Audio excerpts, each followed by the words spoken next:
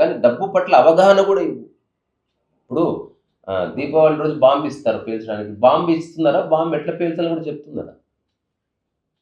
కత్తి కిచెన్‌లో ఇస్తున్నారు. ఎలా కట్ చేయాలో చెప్తున్నారుగా. కార్ ఇస్తున్నావు. ఎలా నడపాలో చెప్తున్నావు. అప్పుడు డబ్బు ఎలా ఉపయోగించాలో చెప్పు. ఒకవేళ వాడికి ఇప్పుడు కార్ ఎంత ట్రై చేసినా రాలేదు. వాడికి కార్ ఇవ్వంగా. డబ్బు అర్థం కాదు. డబ్బు ఇవ్వము. Most dangerous thing in the world అన్నమాట. మనీ. అంతే కదా. Money is not honey. ఎవడైనా నాకడానికి.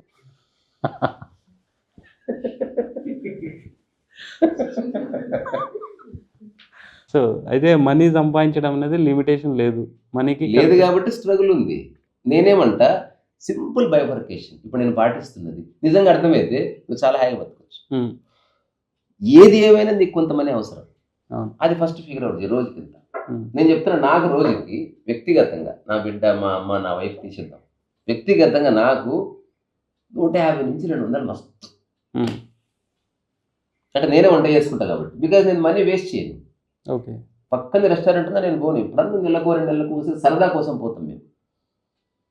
నిజానికి ఫుడ్ ఎంజాయ్ చేయడానికి ఎప్పుడు పోము. బాగుంటే ఓకే. జస్ట్ యాంబియన్స్ చేంజ్ కోసం అట్లా. సో ఇప్పుడు నేను అనుకో నాకు 200 చాలా ఎక్కువ. ఓకే. ఫుడ్ కోసం చెప్తున్నా. తర్వాత పెట్రోల్ వాడి పెట్రోల్కి 100 వేసుకో. తర్వాత వైఫై కోసం ఒక 50 రూపాయలు వేసుకో.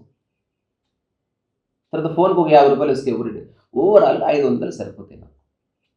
500 ఇంటూ 30 రోజులు అంటే 15,000 రూపాయలు. సో ఫస్ట్ 15,000 రూపాయలు ఎర్న్ చేస్తే సరిపోయింది లిబరేట్గా.